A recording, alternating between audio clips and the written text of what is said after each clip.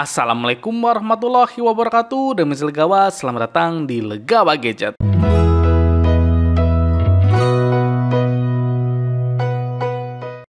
Sebelumnya jangan lupa untuk klik tombol subscribe untuk support channel Legawa Gadget. Terima kasih. Pada video kali ini saya akan melakukan versus gaming antara Xiaomi 14T versus Xiaomi 14T Pro. Beda harga kisaran 2 juta rupiah, tentu chipset yang digunakan di sini berbeda. Jadi Xiaomi 14T Basic ditenagai chipset Dimensity 8300 Ultra, sedangkan yang versi Pro ditenagai chipset Dimensity 9300 Plus. Di atas kertas tentu Dimensity 9300 Plus lebih powerful dengan skor Antutu yang lebih tinggi daripada Dimensity 8300 Ultra. Tapi di kedua chipset ini sudah sama-sama powerful. Oke, kira-kira bagaimana perbedaan performa gaming antara kedua smartphone ini? Apakah berbeda jauh atau mirip-mirip saja untuk performanya? Buat tahu jawabannya, langsung aja kita mulai di Gadget Versus.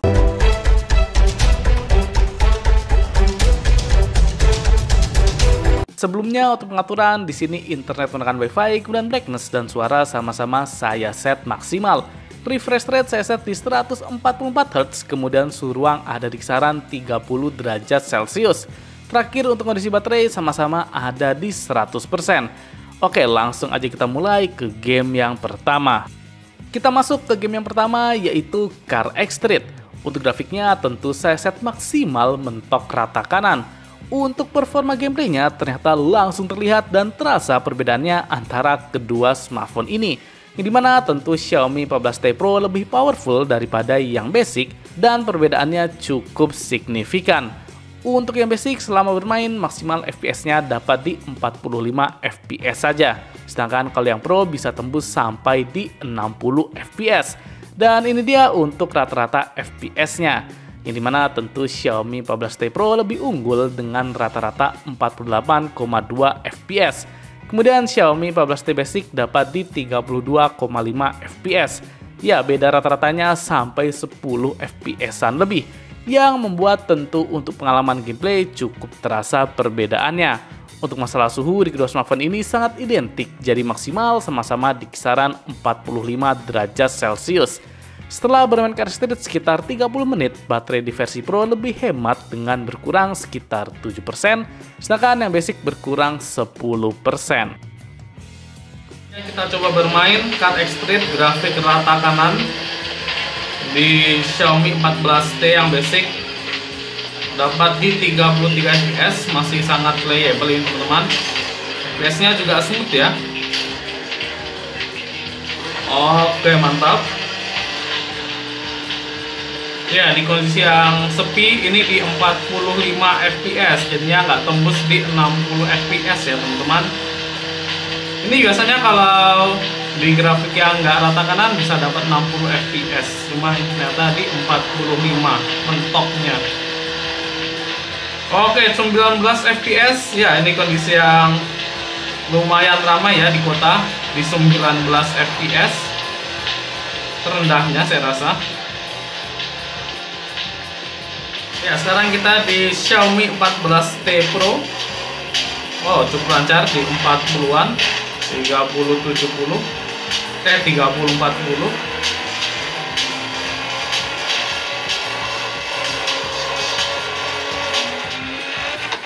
Oke, bisa tembus di 60 FPS teman-teman.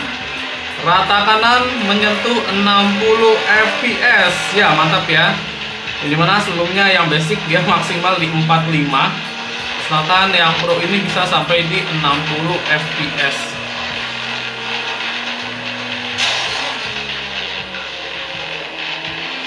Oke, masih lancar di 30-an. Yang dimana sebelumnya yang basic di 19 fps ya teman-teman. Jadi performanya memang terasa lumayan jauh bedanya. Oh, bahkan di 40-an. Good job, guys. Kita lanjut ke game yang kedua yaitu Modern Warship. Untuk grafik tentu kita set rata kanan semua dengan target FPS di 144 FPS. Untuk gameplay lagi-lagi berbeda dan cukup terasa signifikan.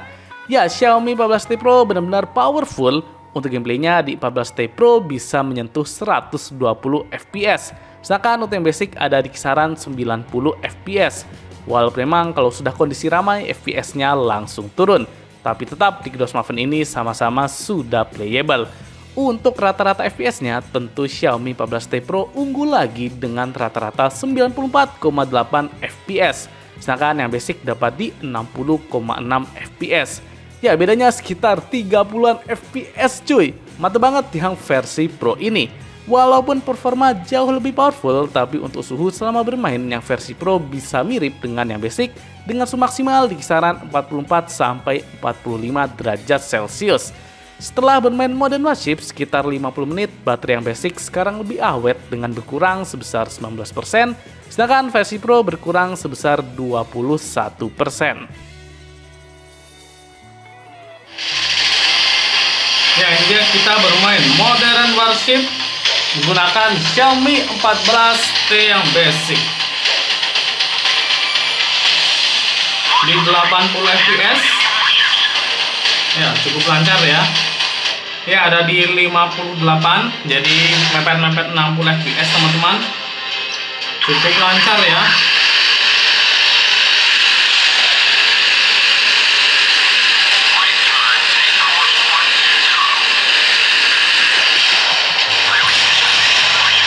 Oke.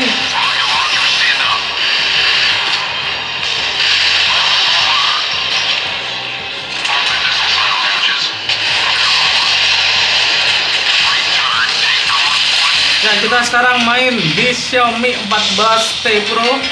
Bisa dilihat untuk FPS-nya bisa dapat di 120 FPS teman-teman. Ya, ini mantap ya.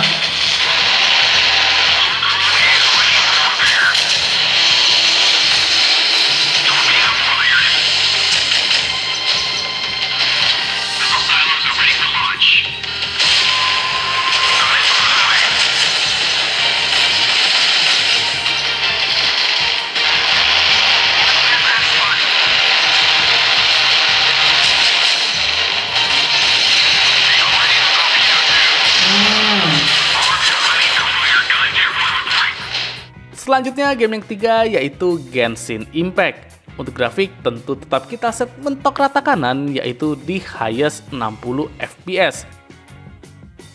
Digunakan bermain Genshin Impact dengan grafik rata kanan, kedua smartphone ini sudah sama-sama sangat mumpuni dan powerful.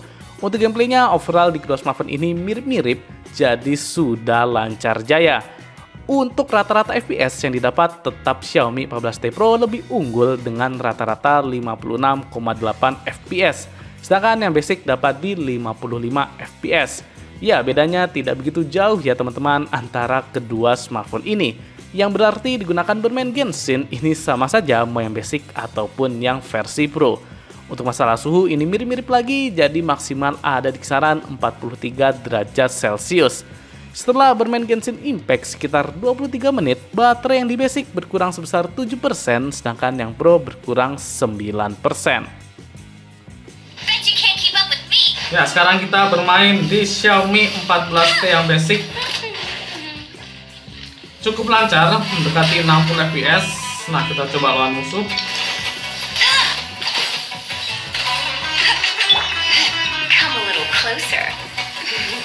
Masih lancar ya, di 58-60 fps.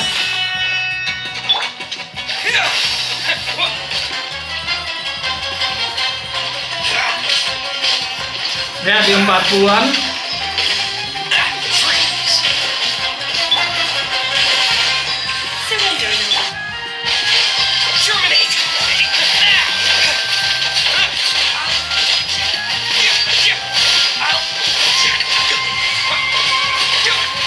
Oke, di 36.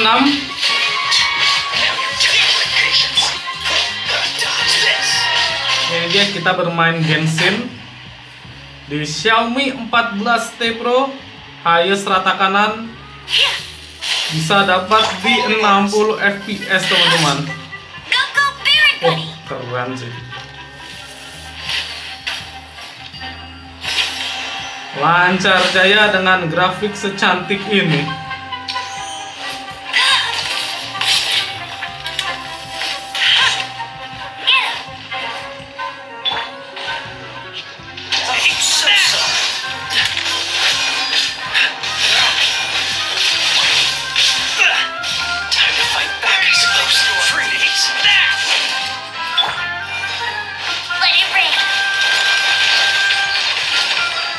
Oke, di 44. Ya, di kondisi yang lumayan ramai seperti ini,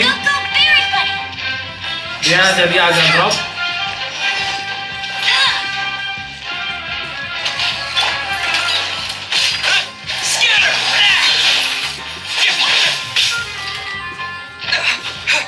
Baik, itu dia hasil versus gaming antara Xiaomi 14T melawan Xiaomi 14T Pro. Yang dimana walaupun performa di kedua smartphone ini sudah masuk kelas atas, tapi ternyata Xiaomi 14T Pro masih bisa memberikan performa yang jauh lebih powerful dan cukup terasa untuk perbedaannya.